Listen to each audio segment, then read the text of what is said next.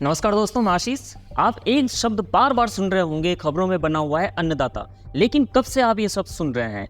ये वो बात है जिसे गोदी मीडिया तो आपको कभी बताएगा नहीं, हमेशा आपसे छिपाता रहेगा। तो क्यों ना आज की इस वीडियो में इसी पर बात कर लेते हैं। क्या आपने कभी अन्नपूर्णा का नाम सुना है? ये कौन है, उन्हें ऐसा क्यों कहा जाता है? क्या आपको इसकी थोड़ी सी भी जानकारी है? लेकिन अन्नदाता आप बार बार खबरों में सुन ही रहे होंगे किसी न किसी बहाने से। अन्नपूर्णा को हिंदू देवी कहा जाता है जिनकी पूजा की जाती है। अन्नपूर्णा के अलावा उनको दूसरा नाम दिया जाता है अन्नदा। हिंदू उन्हें देवी शक्ति का ही एक रूप मानते हैं। शक्ति यानी माँ जगदम्बा, जिनसे पूरे ब्रह्मांड का संचालन होता है। देवी का यह अन्नपूर्णा स्वरूप संसार का भरण पोषण करता है। अब अन्नपूर्णा और अन्नदाता शब्दों की व्याख्या करके देखते हैं। अन्नपूर्णा का शाब्दिक अर्थ है धान्य यानी अन्न की अधिष्ठात्री। हमने सुना है कि धन और धान्य यानी धन यानी संपदा और धान्य यानी कि अन्न। तो अन्नदाता वो होता है धान्य। सनातन धर्म में यह एक प्रचलित मान्यता है कि समस्त प्राणियों को भोजन मां अन्नपूर्णा की कृपा से ही प्राप्त होता है। वर्तमान में अन्नपूर्णा का मंदिर काशी का जो प्रधान देवी पीठ है। श्रद्धालुओं की ऐसी धारणा है कि मां अन्नपूर्णा की नगरी काशी में कभी कोई भूखा नहीं सोता है। अब आते हैं अन्नदाताओं पर। ये टर्मिनोलॉजी साल 2 साल से खबरों में लगातार बनी हुई है। लेकिन जब अन्नदाता कोई किसी को या फिर स्वयं को कहता है तो इसके अर्थ क्या होते हैं? अन्नदाता यानी जो अन्न का या अनाज को दान देता है।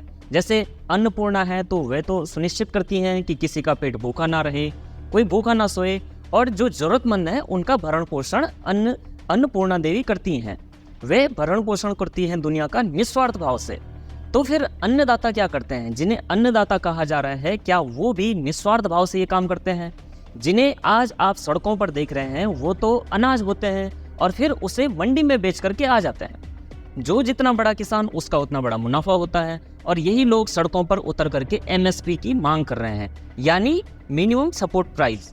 यानी कि हमें इस काम को करने का सरकार कुछ न्यूनतम राशि उनको दे, अन्नदाताओं को जो ये मांग कर रहे हैं, जो कि कथित किसान हैं, जो अपने आप को अन्नदाता कहते हैं। और सिर्फ एमएसपी का कानूनी अधिकार ही नहीं बल्कि ऋण माफी, यानी कि जैसे आम बोलचाल की भाषा में लोन वेवर कहा जाता है, इकोनॉमी की अगर भाषा में कहें, यानी जो लिया गया लोन है उसकी राशि को पूरी तरह से माफ कर दिया जाता है। क्या आपने भी कभी किसी काम के लिए अपने काम के लिए लोन लिया और सरकार से कहा भाई अब इसको माफ कर दो? तो ये ऐसा ही है। लेकिन आपका नाम या मेरा नाम अन्नदाता नहीं है। उनके प्रोडक्ट को लागत से 50% के हिसाब से खरीदा जाए। इन आंदोलन कर रहे किसानों का ऐसा मानना है कि अगर फसल को लागत से 50% ज्यादा पर खरीदा जाएगा तो उनकी जो स्थिति है, जो उनका लाइफस्टाइल है, उसमें सुधार आ जाएगा।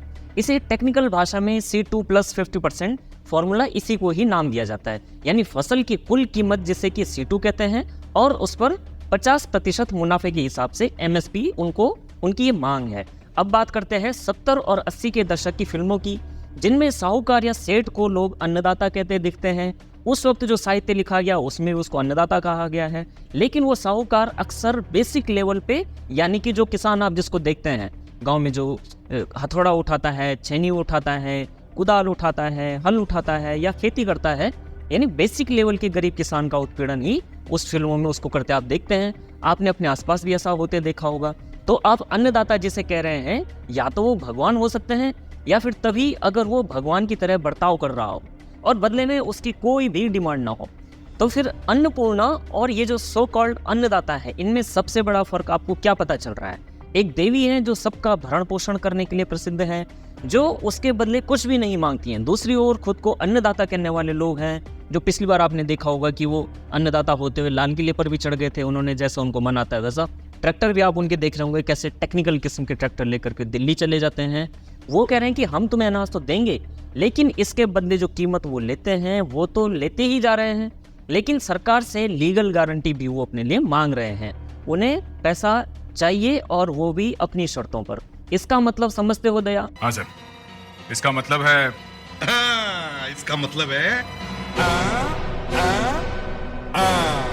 ये अन्नदाता अनाज को समाज सेवा में नहीं बांट रहे हैं, उसके बदले इनको मिलता है पैसा यानी मुनाफा। यानी कि जो किसी भी व्यापारी, किसी भी बिजनेसमैन को, जैसे कि अडानी जिनका एग्जांपल लेते हैं, अगर उनका नाम बिजनेसमैन है तो वो भी कुछ ना कुछ प्रॉफिट उससे अर्न करते होंगे।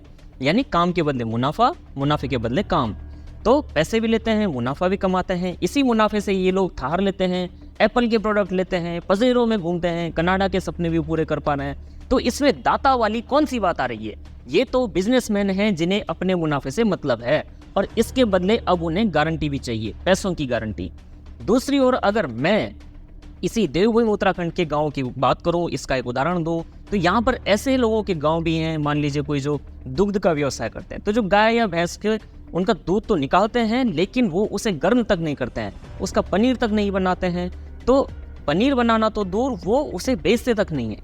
जिसे आवश्यकता होती है उसे वो फ्री में ही देते हैं, उसके बदले वो कोई कीमत नहीं मांगते हैं, और वो दूधदाता, घी दाता या मक्खन दाता अपना नाम नहीं रखते हैं। ऐसे भी किसान हैं जो पारंपरिक रूप से खेती कर रहे हैं, अपना भरण पोषण कर रहे हैं, और उसके बदले उनकी कोई मांग नहीं है। अनाज से ही कुछ गांव आज भी वस्तु विनिमय कर रहे हैं। तो हिंदू में अन्नपूर्णा और एमएसपी वाले अन्नदाताओं में आपको 5 फर्क कौन से